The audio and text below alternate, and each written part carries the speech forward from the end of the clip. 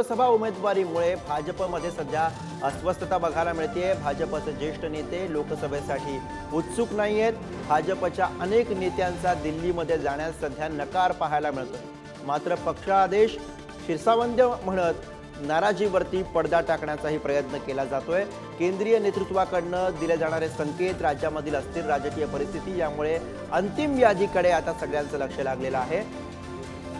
Surprising नावांची घोषणा होणार का याची उत्सुकता त्यामुळे आता शिगेला पोहोचली। आणि याविषयी अधिक बोलण्यासाठी ओम देशमुख आपले प्रतिनिधी सध्या आपल्या सोबत आहेत। ओम, नेमकं भाजपच्या गोटामध्ये चाललंय काय?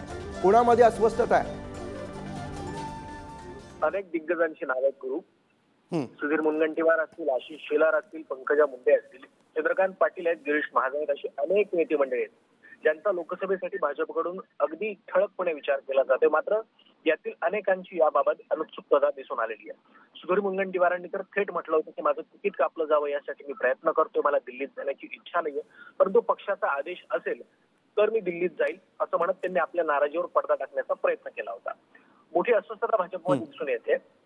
केंद्रीय निवडणूक समितीची जी बैठक परवा झाली त्या बैठकीच्या नंतर असं सांगितलं जातंय की अमित शहा आणि देवेंद्र फडणवीस यांची सुद्धा एक स्वतंत्र बैठक झाली होती।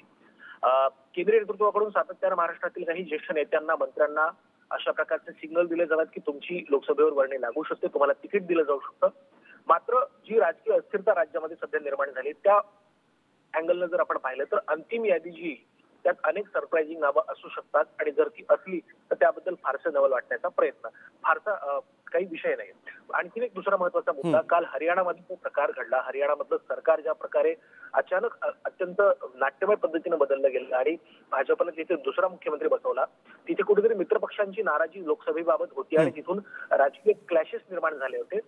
त्या माध्यमातून भाजपनं हा इतर अन्य मित्रपक्षांना संदेश दिला आहे अशी एक चर्चा आहे की लोकसभेबाबत कुठलंही कॉम्प्रोमाइज केलं जाणार नाही।